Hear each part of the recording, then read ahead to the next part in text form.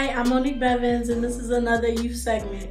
And today my scripture is John 4:23 and 24, and it says, "But the hour is coming, and now is, when the true worshipers will worship the Father in spirit and truth, for the Father is seeking such to worship him. God is spirit, and those who worship him must worship in spirit and truth."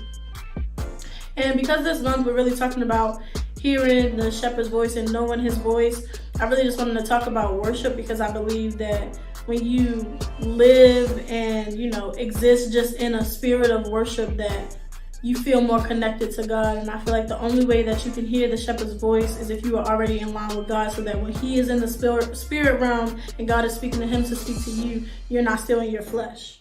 So getting back to your personal worship, and not just corporate worship when you're at church, but when you're home, when you're praying and fasting, and when you're taking the time, whether it's listening to music, dancing, praying, whatever you do to have personal time and worship with God, to really let God know that you love him, that you adore him, that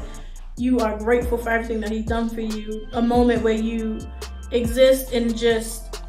glorify him and not ask him for anything. When you get back to those genuine places where you remember what he's done for you and all that he will continue to do for you, and the things that are in the word that he says he will do for you and he says he will have for you, and the promises that he's made, when you begin to exist in that realm and just stay there, it will be a place where your ears are open so much that you will know immediately when you're in the voice and the will of God. And when you hear the shepherd's voice, it won't be foreign to you. You'll know that, oh, that must be God speaking through him. It won't be a trying time where you're trying to figure it out, or where you're missing the mark because you're being